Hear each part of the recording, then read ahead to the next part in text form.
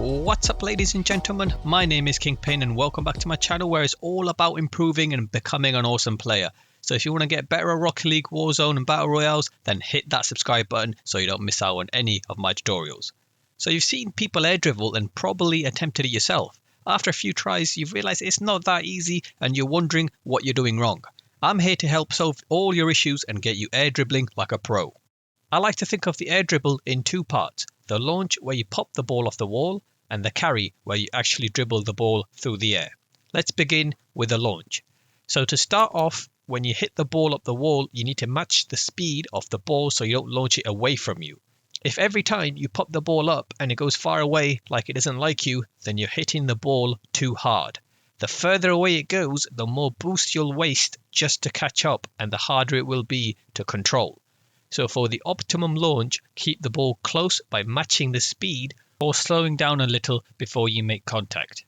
Also, if you have more speed than the ball when you hit, you'll find your car will go higher than the ball, making it impossible to air dribble. The best way to match the speed is to follow the ball with a small gap in between and try to maintain that gap as the ball goes up. So now we're matching the speed. How do we pop the ball?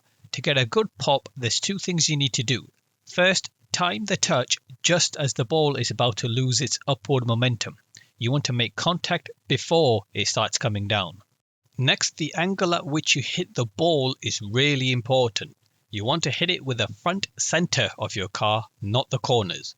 If you do match the speed but pop it with a corner of the car, the ball will go to the side, but you will go higher up than the ball even when your speed is controlled. There is no real perfect angle to hit the ball. It all depends on how far you are from the goal. But the best and easiest way to know what angle you should be popping it is to imagine that you're trying to hit it towards the goal without air dribbling. If you're close to the goal, then go for a more upward angle. The further away you are, then the more tilt you want on your approach to allow for enough forward momentum when you jump. It's crucial you get your angle correct because it will make the air dribble so much easier. Spend some time practicing getting the angle right before moving on. Next comes the jump. Some people like to pop the ball and wait a little bit before jumping. This isn't entirely bad and you can still air dribble like this, but you waste extra boost to catch up to the ball. And it's harder to control because as you're trying to catch up, you gain more momentum. And if you hit the ball with too much speed, you'll just go further away. So what I like to do is jump straight after taking a touch. This way I'm always close to the ball and I don't need to waste half of my boost just to catch up. And in case you're wondering, I always single jump. You don't really need to double jump off the wall unless the ball is really far away. So that's all you need to know to get a good solid launch. Practice it a bit before moving on to the carrying part so you can get an idea of matching the speed, making contact at the right angle and getting a smooth jump. This video is using the chapters feature on YouTube, so if you're watching on PC, you can come back to this video for a recap and easily scroll to find the exact part you need help with. So let's move on to the carry. There's two factors you need to keep in mind for a smooth carry. First is the point of contact with the ball. Where should you be aiming to touch the ball? Well, if you hit the ball head on, it will gain forward momentum but no lift, so you'll just eventually hit the ground. On the other hand, if you were to be straight underneath, then you'll provide plenty of lift but no forward momentum.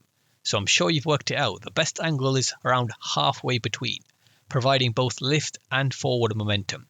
You can adjust the angle depending on how far you are from the goal. So if you want to carry it further, then just use a lower angle for more lift. If you're closer to the goal, you won't need as much lift, so you can use a higher angle for more speed. The second factor for a good carry is boost management. If you find you're getting a good launch but only manage a couple of touches on the ball before it goes away from you, then as I mentioned earlier, it's to do with your speed and momentum. You want to boost to catch up to the ball and let go just as you're about to touch it. Then boost straight after you touch to catch up to the ball again and let go as you're about to make contact again. Once the ball is under control, boost to provide lift. If you hit the ball while boosting, you'll have too much momentum and hit it with a lot of force, which isn't so bad if you're trying to take a shot, but that's not what we want. Instead, you want the contact to be soft, like the ball is being pushed by a cushion instead of being hit with a baseball bat. Another important boost management tip is to feather your boost. Don't just continuously boost into the ball, as not only will it save you a lot of boost, but feathering also stops you from reaching supersonic. If you give the ball too much speed, you won't be able to catch up, making you lose control of the dribble. As you can see in my clips, I never boost for a long time, but rather in short bursts, so make sure you're feathering your boost. The secret to a good air dribble is actually the launching part. A solid launch allows you to get the ball under control with minimal effort. I want you to spend time improving both the launch and the carry. Don't just put your entire focus on the air dribble part. That said, if you're struggling to get used to the point of contact on the ball and managing your boost, I suggest using ground air dribbles. It's the fastest way to learn how to carry the ball efficiently, and it will be the third shot of my air dribble training pack. You want to tilt your car back slightly and pop the ball after the bounce, so you're using the ball's upward momentum. And it's the same idea, you're boosting to catch up and letting go of boost as you get close to touching. Now the only thing different for the ground air dribbles is that you should use your double jump to get closer to the ball faster.